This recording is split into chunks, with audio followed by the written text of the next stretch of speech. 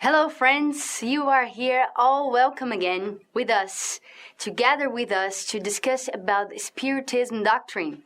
And today we have the honor to talk about Jesus according to Spiritism. First of all, we must remember a couple years ago, before Jesus came, a man with a mission, and today he is seen as a great first revelation. He brought with him the 10 Commandments. I'm talking about Moses.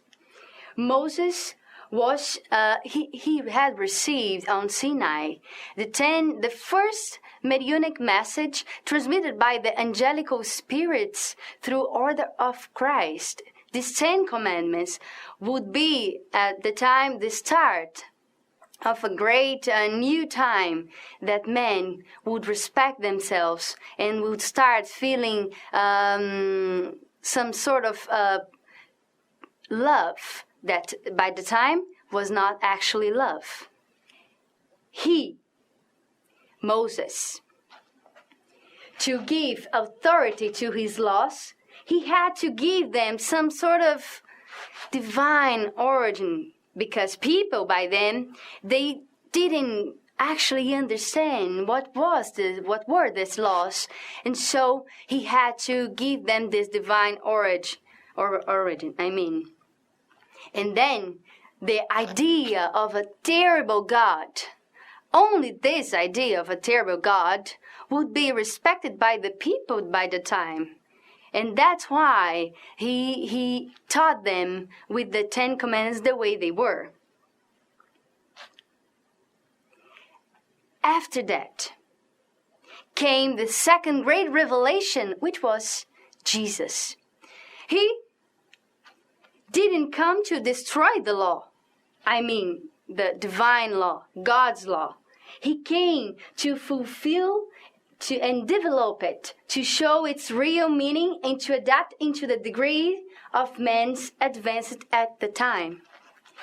Of course, my friends, people at that time, they didn't have the evolution, the level of spirituality we have right now. So then after a couple years ago, after Moses came, Jesus came and taught them what love would really means. And with that, Jesus brought with him the 2 great commandments that we know so far. The first one, really important, is this one. The Lord our God is one Lord. And then we should love the Lord, their God, with all their heart, and with all their soul, and with all their mind, and with all their strength. This is the first commandment. And the second one is namely this: we must love our neighbors as we love ourselves. If we could practice these 2 commandments, the world will be totally different than we know so far, right? Very good. But then you may ask me, where does Jesus came from? And then we are going to see the answer right now. He came from the Perispirit community. And we're going to read here for us to see it better. Jesus belongs to the community of angelic and perfect spirits who had reunited only twice on the boundaries of earth to solve important issues concerning to the organization and direction of our planet in the course of 1,000 years. From that, we can understand that Jesus actually is Earth's governor. He, with the pure spirits, had reunited to organize and to make the plans that would be and would exist. And they actually exist so far. At the time that they were gathering the questions to make to the spirits, and that Kardec, with the mediums that we used to work with him, they made one question that is concerned to Jesus. They asked, what is the most perfect type that God has offered to men as his guide and model?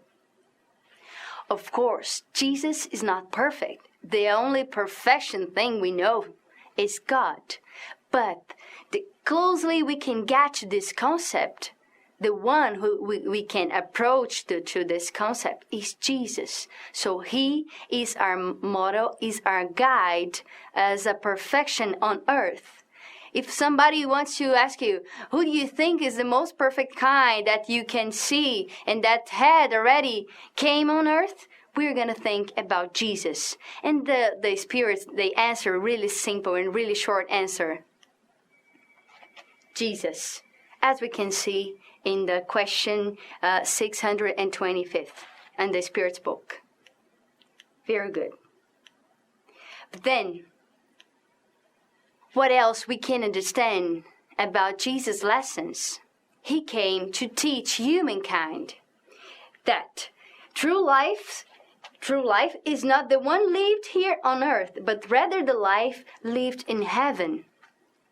He used this word heaven. But we're going to understand in the next classes, in the next lessons we're going to be here gathered together, that heaven and hell are concepts that we have actually inside ourselves. But then this is going to be another discussion. How can we talk about Jesus and not mention his Holy Mother, our Holy Mother Maria? Here we have a sentence that audio, very great spirit, tell us, and that is, everything Jesus felt in his messianic journey had reflected directly on her. In the scent of the saints, in the august words, Lady, divine star of the universe of great souls, she also had to peregrinate from exalted heaven of her happiness to our valley of tears in order to help and serve a humankind poor of spirituality, in which she made herself forever the great mother, the great lawyer, and the great protector. Just like Jesus, Maria was a very developed spirit, but she didn't have the same mission as Jesus. Jesus came to teach us what love means. That he came and he taught us, but not just with words. He lived his lessons. He taught us with his examples. He didn't just taught the people who were simple and poor. He taught the people who had wisdom by the time. He taught everybody just like the same. Very good. And how was that? How was the way that he taught us? We're going to see it right now. Could we recognize on Jesus' parables phenomenal expressions of words, keeping the eternal vibration on his feeling at his teachings? Very good. For us, it is much, much better to understand some message when somebody comes to you and explains it and gives you examples, right? For example, if you have a little child with you, you wanted to teach her something, you're going to tell her a story, right? And we do that a lot of thousands and thousands of times through years. And that's what Jesus came, the great professor. He taught us about through stories, through parables. And here we can see that we can recognize his teachings through this. Yes, that's the answer. The Gospel's parables are like divine seeds that later would bloom into trees of mercy and wisdom to humankind. And this, who is saying this, is Emmanuel. Very nice. The stories of Jesus are the most known stories in the whole planet. Through years, a lot of people, they were used to tell the parables to teach what Jesus actually really wanted to teach us. So it was a very brilliant way to put his lessons together.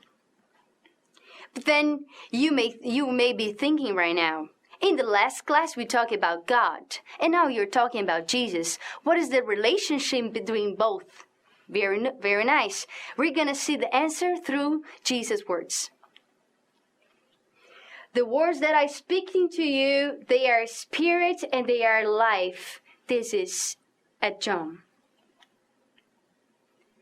When you have lifted up the Son of Man, then shall we know that I am He, and that I do nothing of myself, but as my Father had taught me, I speak these things. Listen, pay attention. He said, and that I do nothing of myself. If God were your Father, you would love me, for I proceeded forth and came from God. Neither came I of myself, but He sent me. For this, we can clearly understand that God and Jesus are not the same. God is our Holy Father, and Jesus, just like us, creation of God, and brother of us, of ours. Really good. And to end this conversation of ours, I'd like to read a piece of a text that Emmanuel tells us about Jesus. Let's read together.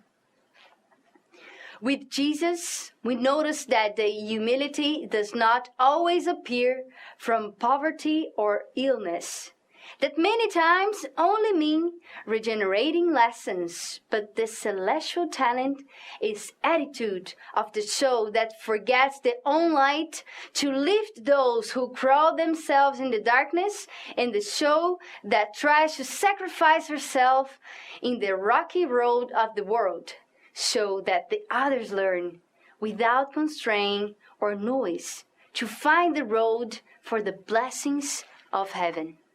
And with that Emmanuel wrote, we can totally understand the magnitude of Jesus. Thank you very much for being here with us.